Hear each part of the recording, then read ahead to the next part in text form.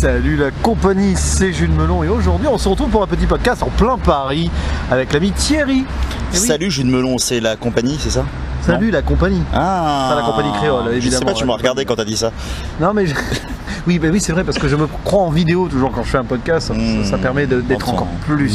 L'audience imaginaire. Exactement. Vous pouvez nous imaginer en images, en direct, mais nous sommes en différé et avec des, on va dire, photos du film qui défilent, puisque nous sommes allés voir un film français. Maintenant, tu fais défiler des photos. Ah bah oui, en podcast, c'est des photos comme ça. Là, on voit peut-être d'ailleurs le casting assez choral de ce métrage de Audrey Dana qui s'intitule Homme au bord de la crise de nerfs, référence à Pedro Almodovar ou pas, qui avait fait un Femme au bord de la crise de nerfs. On vous donnera une réponse ou pas dans ce podcast.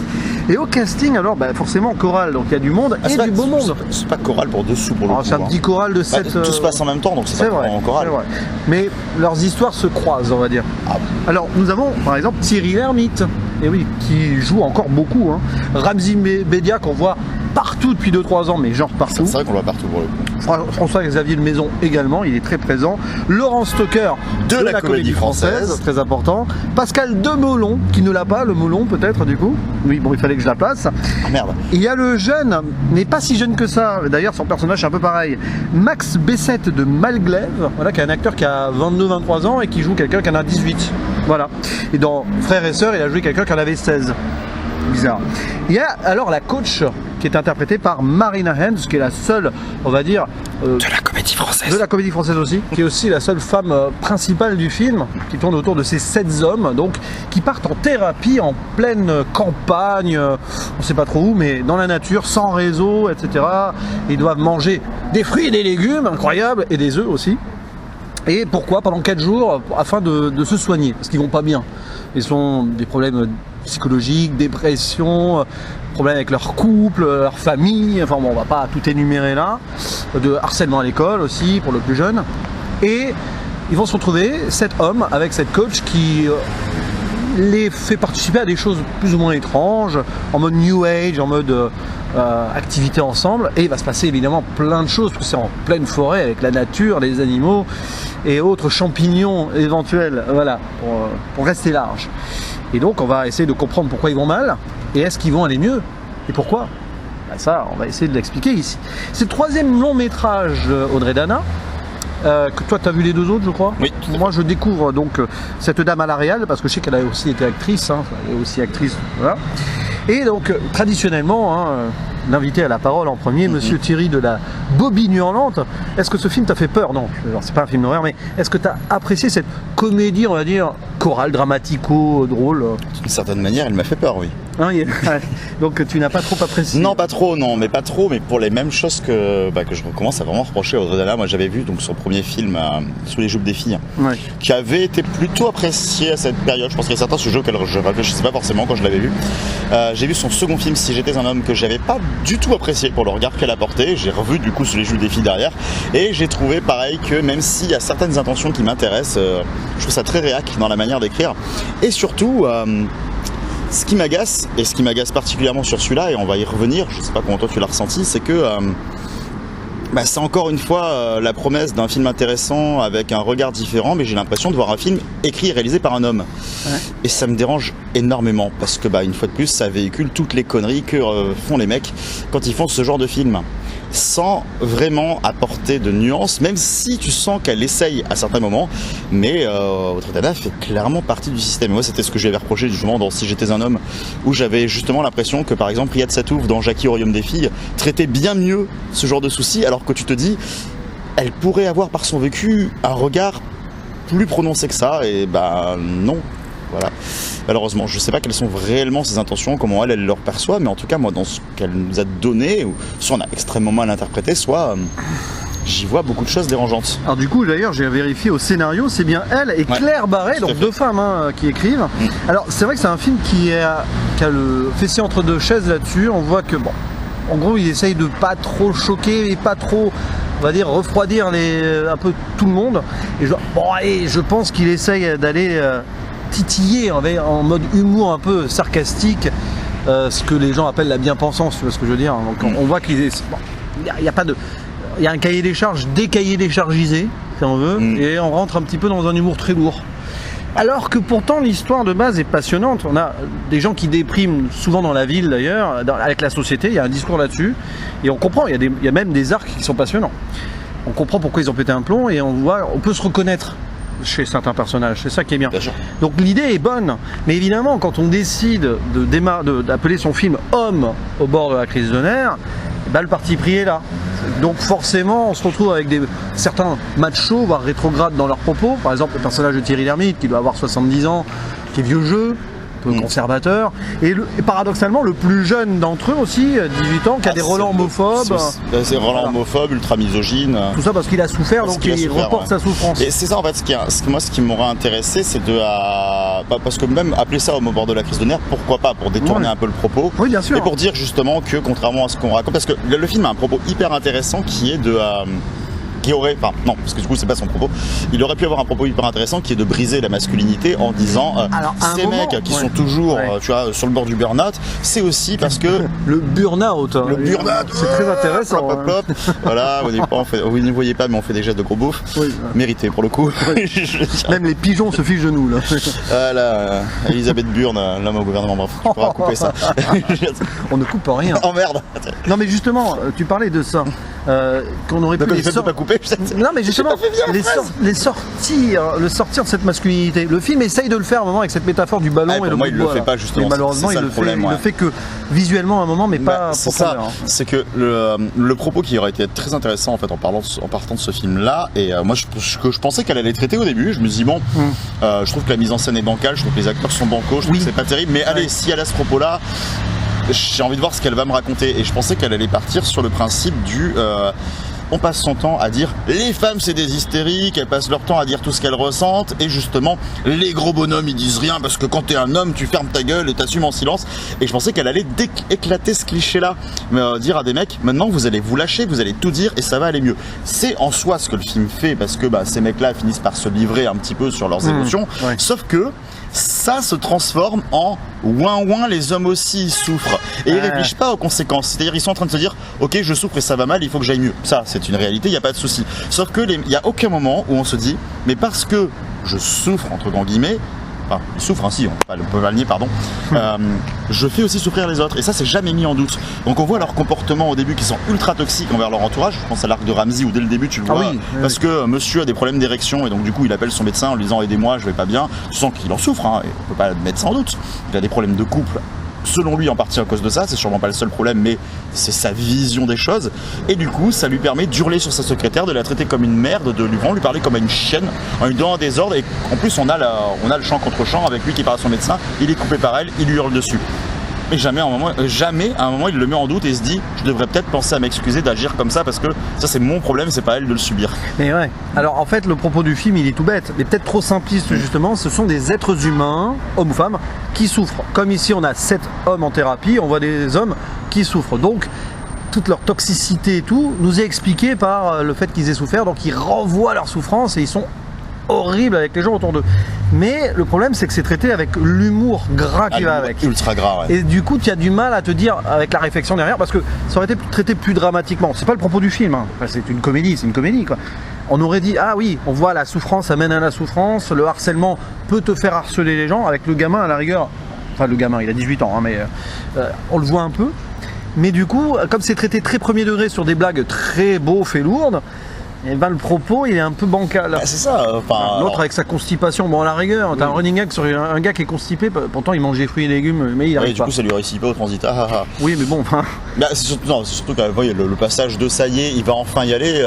Le passage de libération, ça y va quoi. Oui voilà, c'est tout ça, c'est pour l'allégorie de à un moment il va se libérer. Ouais ils auraient pu trouver autre chose. T'as des personnages hyper intéressants en plus dans le tas. Oui. T'as le personnage de Michael Gregorio là qui lui se prête pas mal au jeu, accepte la thérapie et met énormément sa sensibilité en avant en disant, il leur apprend que il faut faire des câlins pour aller bien, que il leur fait des massages, il leur fait des trucs, il essaie de mettre ça en doute, donc ça va faire des relents d'homophobie de la part des autres alors que le personnage n'est pas gay contrairement à un autre. Ça c'est intéressant. Mais il est laissé en second plan en fait. On montre sa thérapie à lui, on montre comment il va aller mieux, mais le rapport au début où lui on le voit avoir des crises de nerfs, avoir des trucs, on lui dit il va le catalyser par rapport à ça, on ne voit pas les conséquences. Le perso, Michael Gregorio, je sais plus si je l'avais signalé d'ailleurs sa présence dans le casting, mais il me semble que j'ai sauté une ligne. qui est quand même un chanteur-imitateur à la base. Et donc, évidemment, à un moment, on va l'entendre pousser de la chansonnette. On n'en dit pas plus, mais il a une bonne voix quand même, attention, oui, clairement. Mais c'est vrai que son personnage est très bien écrit. Il y en a un autre que j'ai bien aimé. C'est le personnage de Laurence Tucker, parce que lui, il est vraiment seul. C'est la solitude absolue. Il a été baladé de famille d'accueil en famille d'accueil et pas vraiment eu d'amis non plus. Et lui, tu as l'impression que c'est un adulte dans un corps d'enfant, enfin qui n'a rien vécu. Et en face, tu as le petit Elliot, la fireman, là, joué par le plus jeune, qui est un...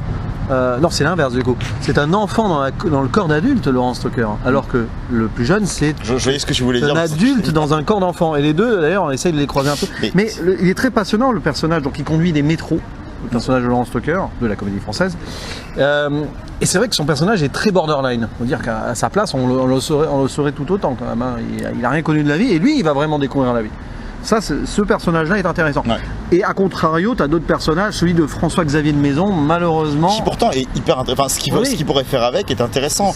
Voilà, l'homosexuel qui cache sa relation à sa famille parce qu'il a peur de leur réaction. Je crois qu'il cache pas, il cache le fait qu'il veuille adopter. Qu'il s'apprête à se marier aussi. Et aussi, oui, ça. Avec le prêtre à table, etc. Voilà, parce que c'est son frère, le prêtre, voilà. Il y a un truc intéressant à faire avec ça sur les non-dits familiaux, alors qu'en réalité, sa famille est prête à tout pour l'accepter.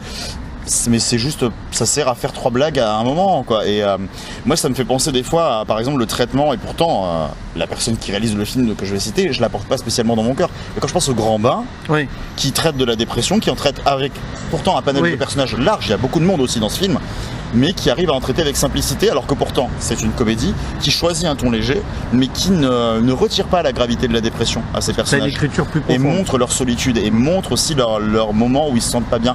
Pas juste tirer l'ermite après des champignons, donc ils pleurent en disant pardon, j'ai tué un poulet. C'est pas assez. On voit pas. Enfin, c'est pas parce qu'on le voit regarder 3 photos de sa femme morte sur son téléphone qu'il il souffre. Elle montre des éléments qui disent voilà pourquoi il souffre, mais les comédiens ne sont pas investis par ce qu'ils sont censés transmettre, à part à la limite. Le seul qui pourrait l'être, c'est du coup Max Bessette de Malguève, parce que le trouble dont il le montre, le fait qu'il se fait moquer parce qu'il a la tête d'un enfant de 13 ans, c'est ce qu'il se dit lui-même, c'est réel, et du coup il pourrait le jouer avec plus de profondeur que ça. Ils ont bien utilisé l'acteur là. Voilà, on lui demande de jouer quelque chose qui a dû le faire souffrir énormément. Potentiellement, oui. Et d'en faire des blagues. Alors peut-être que lui ne voulait pas non plus entrer dans une certaine gravité avec ça, mais tu te dis, il y avait moyen de tirer quelque chose de ça, et ça sert juste à dire c'est rigolo, on va l'appeler le petit nain, ou tu vois. C'est le fait qu'on l'appelle petit tout du long, alors qu'au tout début il dit j'ai 18 ans et je vous emmerde, et les autres refusent de le respecter, et pendant tout le film il continue à l'appeler comme ça, et c'est passé sous silence, c'est pas grave. Et puis le personnage de Thierry Lhermitte, en fait, il fonctionne juste parce que c'est Thierry Lhermitte. Il n'y a pas eu d'écriture parce qu'il savait qu'avec Thierry Lhermitte, ça roulerait. Ça va, il joue bien. Thierry Lhermitte, je continue à bien l'apprécier. Bon, à un moment, il pète un petit peu comme ça. Il a la mimique d'un Indien dans la ville. Hein. C'est exactement la même. Il y a une scène comme ça. D'ailleurs, la coach, à un moment, c'est pas loin d'être Ariel Dombal dans un Indien dans la ville. Hein. Un carré, un cercle, un cercle est un carré. Non, mais donc, du coup, tu vois, moi, c'est plus vraiment le manque de contrepoids qui m'a vraiment dérangé. Il y a un arc, justement. Enfin, je sais pas si tu vois qu'on le cite parce qu'il arrive assez tard. On fera une petite zone spoiler sur l'arc de la coach. Parce que l'arc de la coach et de l'écrivain. Et de l'écrivain, oui, c'est vrai. C'est 2 arcs-là qui me dérangent pas mal. Mais d'ailleurs, avant de passer à cet arc-là, on a relevé 2 choses. La mise en scène, c'est téléfilmesque. Hein. Non, en plus, des fois, elle tente des trucs, tu fais oh là là. Alors, il y a un énorme gros problème quand même sur les scènes du début. J'ai eu mal à la tête. Il y a des plans de Ron qui étaient vraiment dégueulasses, et en fait, qui sont surtout mal intégrés au montage. Et puis, oui, le montage, c'est blablabla. Et on nous présente les sets en 3 minutes. Prenez votre temps, c'est bon, le film après tout il fait qu'1h30, tu aurais pu rajouter 10 minutes. Ah, c'était lourd, et avec la musique mal rajoutée par-dessus, bon, il y avait du M, sympa M. Oui, il y a Naïm qui est beau, il y a des trucs sympas. Hein, mais bon, c'est balancé là comme ça, c'est vrai que le début est poussif, hein, il faut rentrer dedans, puis une fois qu'ils sont dans la nature, il y a des moments où ça se pose, et puis après, et machin, et toute l'histoire avec les champignons là.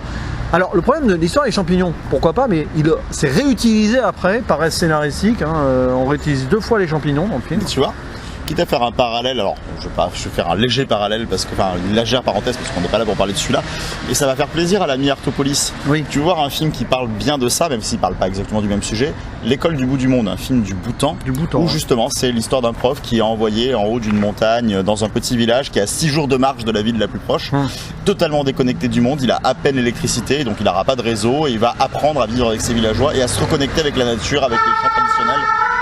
alors qu'il y a les pompiers avec qui les passent. ambulances. Voilà. Et voilà, il va apprendre tout ça et le film parle parfaitement de ça. Alors que là, la reconnexion à la nature, Ouais, c'est anecdotique. à un moment, je me demandais s'ils n'allaient pas faire des câlins à des arbres, hein, comme Francis Lalanne. Mais ils sont des câlins en vrai, c'est mieux. Comme dans En même temps.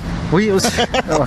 Mais bon, alors, donc musique, montage, mise en scène, ouais, c'est compliqué. Non, c'est formellement Implication le film des n'est pas acteurs, très bon, hein, implication mais des acteurs inégale. inégal, c'est la direction du coup là pour le Mais coup. en même temps, ils sont tellement nombreux que moi j'ai bien aimé Laurent Stoker parce que je l'ai rarement vu dans un rôle comme ça à la rigueur. Non mais c'est intéressant. Voilà. Enfin, en tout cas, ce qu'ils veulent en faire est intéressant. Je trouve pas toujours ça juste, mais c'est intéressant. Ramsey, je l'ai trouvé un peu lourd parce Mais que Ramsey est le personnage le plus sous-exploité, je dirais, ça. de toute la petite troupe. Alors que pourtant, en plus, des rôles de mecs toxiques qui devraient se remettre en question, il en a déjà joué. Il y avait Kung Fu Zora aussi avant qui était assez intéressant là-dessus et qui le traite plutôt bien. Je veux dire, c'est le type de rôle qui, ça a l'air de l'attirer ce genre de rôle. Il a l'air de vouloir accepter ce genre de rôle pour en parler. Donc, putain, ce serait bien. Enfin, après, c'est pas lui qui a écrit le rôle, hein, mais ça serait bien que ce soit mieux écrit. Quoi. Finalement, le plus étonnant là-dedans, c'est Michael Gregorio parce que c'est pas un acteur de formation. C'est pas quelqu'un qu'on a vu beaucoup dans des films. Et même Pascal Demolon, que je m'attendais un peu à pire, mais finalement, bon, son personnage est excentrique parce qu'il sort de il joue quelque l'alcoolisme. chose qu'on a déjà vu, Voilà. malheureusement. Il est dans une zone de confort. Mais il a une évolution, c'est un personnage qui va avoir... Bah justement, parlons-en, parce que bon, sur la finalité, il va se passer des choses. Et donc, allez, partie spoiler, si vraiment vous voulez voir le film sans trop d'indications. La coach elle-même va péter un plomb, parce que elle va prendre des champignons par erreur, et puis il y a son mec qui va débarquer. Alors, le mec qui s'appelle Yorgos, passons le moment où quand même pendant une minute, il se fiche de la gueule de son prénom. Mais cet homme, c'est un peu relou, c'est un peu même, c'est malaisant parce que... Les blagues sur les yaourts. Ouais, voilà, enfin, c'est quand même le seul qui a un prénom plus ou moins entre guillemets exotique dans le lot, enfin voilà, et il se fiche de la gueule du prénom pendant 5 minutes. Oui, il y a aussi des références cinéma, parce que je pense à Yorgos tout le temps, le moment où ils sont et là, nous spoil Furio avec David Bowie. C'est vrai, le moment où ils sont énervés dans la yourte parce qu'ils ont du mal à dormir, dans ta note qui fait c'est vol au-dessus de dit coucou, je fais ça, on n'est pas obligé. Dark Vador, parce qu'il y en a un qui a le masque de l'apnée du sommeil, il est Dark Vador, et c'est bon, c'est sympa. D'ailleurs, je me pose la question sur le masque de l'apnée du sommeil, c'est impossible, parce que t'es obligé de le brancher. Oui, mais oui. Voilà, et ça marche pas sur batterie. C'est comme 4 jours après, ils ont toujours de la batterie sur leur téléphone. Voilà. Donc non, il ne peut pas brancher dans une yourte en pleine nature, on lui dit clairement tu n'as pas de réseau, pas d'électricité, un appareil pour l'apnée du sommeil, c'est pas possible. Une yourte 100% bio du coup, et 100% bifidus actif. Oui, parce qu'on fait des blagues, voilà. Mais du coup, voilà, le mec de la coach qui s'appelle Yorgos, qui va péter un plomb parce que sa femme, la mère de ses enfants, je sais pas si son mari, peu importe, on s'en fiche, elle passe plus son temps à coacher et tout qu'à s'occuper de sa famille. Et là, du coup, on a la culpabilisation de la femme qui va être libre, quelque part, et de faire son boulot de ce qu'elle aime. C'est un peu ça quand même. Un peu, ouais. Ouais. Oui, parce que c'est mal expliqué, parce que surtout que si t'étais un soutien, tu le dis. Après, voilà, il y a un côté. Enfin, en plus, il aurait pu débarquer dans le sens où, vu qu'elle avait pris des champignons, elle était pas bien, donc elle a pas, elle n'est pas rentrée tôt pour faire certains trucs parce qu'ils ont l'air de se partager les tâches, c'est ce qu'elle dit plus ou moins. Enfin, quand elle nous le décrit, parce qu'on le voit à peine, elle nous le décrit comme un gars ultra progressiste qui la soutient à fond. Et là, c'était pas le cas, mais développer le mieux en fait. En fait, on a juste l'impression que c'est un autre homme qu'il y a des manquements. Voilà, c'est ça. C'est un autre homme à la crise de nerfs qui a fait semblant pour lui faire plaisir et qui a envie de vivre à la ville. Hein. Grosso modo, c'est ça. Voilà.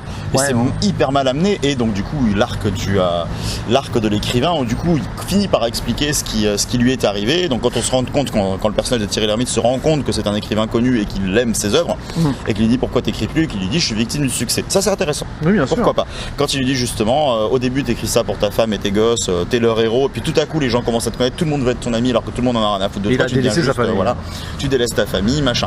Et donc du coup, elle m'a trompé, et donc du coup, elle m'a quitté, et donc du coup, je souffre, et gna gna gna, et ouin ouin ouin ouin ouin ouin ouin. Oh là là, les hommes qui souffrent. Et il y a aucun moment où le mec se remet en question en disant j'ai vraiment déconné, et du coup, ça cette continuité. Il est là en mode, vu que j'ai fait une petite bêtise, elle a décidé de tout me retirer. Et tout le monde est là, oh mon pauvre, tu souffres, on va t'aider, tu vas récupérer tes gosses, tu vas pas souffrir. Ouais, c'est un peu, il y a. Mais alors à la rigueur, au point de vue de sa femme, vous ne la connaissez pas. Alors à la rigueur, là, pour faire l'avocat du diable sur ce point-là, c'est que pendant tout le film, on a vu que c'était devenu un gars complètement paumé et qu'il a évolué. Donc, mais bon. Mais à aucun moment, il aurait pu avoir juste une petite ligne de dialogue et dit mais en même temps, je l'ai fait souffrir aussi, ma femme, j'ai laissé tomber. En fait, quand tu as tout un film qui essaye pendant 1h30 de te parler du fait d'être un homme et que même si tu souffres et qu'il faut en parler, parce que plus tu parleras des choses qui t'animent, mieux tu iras et tu te rendras compte que c'est pas juste un truc de nana, contrairement à ce que ces gars-là racontent. Donc, c'est des gars qui sont censés s'ouvrir sur eux-mêmes, s'ouvrir sur leurs problèmes et du coup, déconstruire aussi leur mentalité masculine en mode effectivement, c'est le fait qu'on réagisse comme des gros bonhommes qui nous rend complètement cons et qui fait qu'on se retrouve dans cette situation. C'est ce que plus ou moins le film essaie de dire un peu dans son texte. Le personnage de Ramsey qui a peur de se faire castrer masculin dans ses terreurs nocturnes, mais à un moment, hop, il perd métaphoriquement avec un jeu là. Et il se rend compte que c'est pas important. Voilà. Bon. Voilà, mais c'est mal amené. Mais du coup, on a ce personnage-là, et au moment où il raconte son histoire, ça arrive très tard dans le film. Ils se mettent tous à réagir comme des gros bonhommes en mode on va pourrir ta femme et on va récupérer tes mômes. Et ils réfléchissent pas un seul moment. Il y a un qui lui dit ouais mais qu'est-ce qu'elle ressent elle, tu t'es demandé? Non, tu vois. Voilà. Donc ils ont rien appris quoi.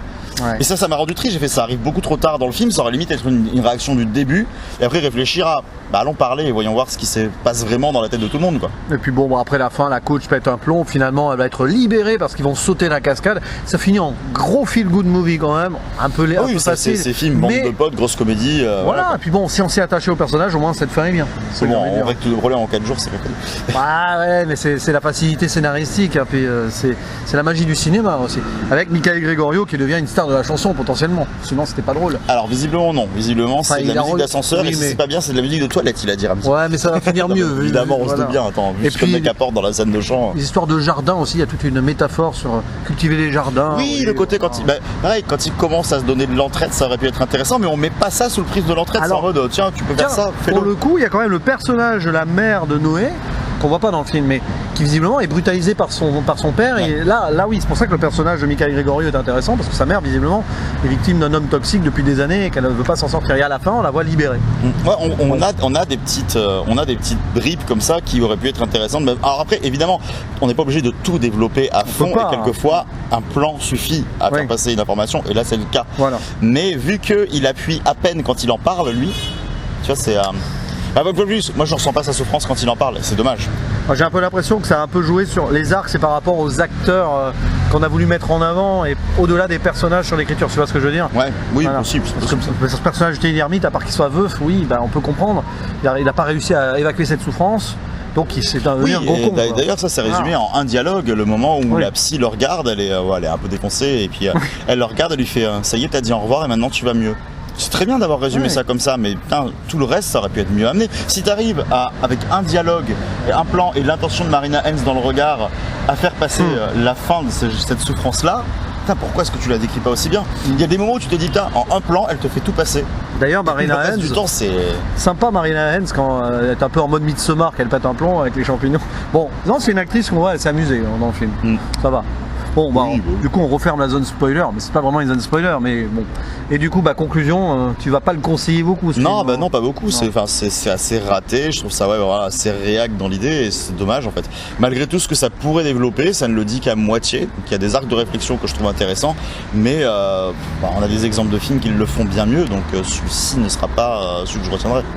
Après voilà, c'est un film de société, c'est sûr qu'on peut s'y reconnaître si on a souffert et qu'on souffre du boulot. Oui, un postulat sur la dépression, c'est un film intéressant. Mais à la rigueur, le film n'aurait pas dû être centré que sur des hommes ou des femmes, ça aurait dû être un peu mélangé, et ça aurait été intéressant d'ailleurs. Justement, peut-être on aurait eu le cliché d'une histoire d'amour qui se serait développée au milieu. Ça aurait fait l'île de la tentation au milieu de la forêt. C'est peut-être ça qu'elle a voulu déconstruire aussi. Au moins là, il n'y a pas d'histoire de romance et tout, quoiqu'elle aurait pu développer une romance homosexuelle aussi. Mais bon non, parce qu'il était marié, le personnage de François de Maison, quand même. Mais ouais, c'est un film qui se laisse regarder. Il y a des moments qui sont drôles, il y a des moments qui sont un peu lourds, il y a des moments qui sont touchants, des moments où c'est un peu, on a les grosses pattes là, dans la glu là. Ouais, j'ai vu pire, j'ai vu mieux cette année, que ce soit en comédie française ou pas d'ailleurs. Ça sera oublié malheureusement. Voilà, mais bon, si vous allez au cinéma cette semaine, il y a aussi Les Crimes du futur de Cronenberg, c'est pas dans le même genre, mais il y a de l'auteur derrière quand même. Que ça plaise ou que ça plaise pas, ça interpelle bien plus. Ouais, voilà, on vous le conseille, on vous l'a déjà, on glisse ça ici. Il y a eu Top Gun Maverick aussi, qu'au moment où on enregistre ce podcast, nous n'avons pas encore vu. Voilà, mais apparemment ça a l'air bien. Donc voilà. Écoute, merci Thierry, allez écouter surtout la bobine hurlante, allez lire, parce que voir c'est bien, mais il faut lire aussi les articles sur... On se fait un ciné. On se fait un ciné, et on vient de se faire un ciné. Parfois on tombe sur des bons films, parfois moins bons, c'est la vie, c'est ça le cinéma aussi, il faut s'intéresser à tous les films et après on en discute, on en parle et c'est ça qui est bien. Ça permet d'ailleurs c'est une forme de thérapie aussi d'ailleurs, c'est une forme de thérapie. Les terres, happy, oui. Ouais, oui, c'est une vraie blague du film. Mais on le voit dans la bande-annonce, je crois. En tout cas, si tu mets ça en avant dans la bande-annonce, c'est vraiment que tu crois pas en ton film. En tout cas, prenez soin de vous. Et c'était la conclusion de quelqu'un d'autre, ça. Mais du coup, le mot final, le vrai de ma chaîne, c'est à la prochaine. Oui. Ciao. Ciao, ciao.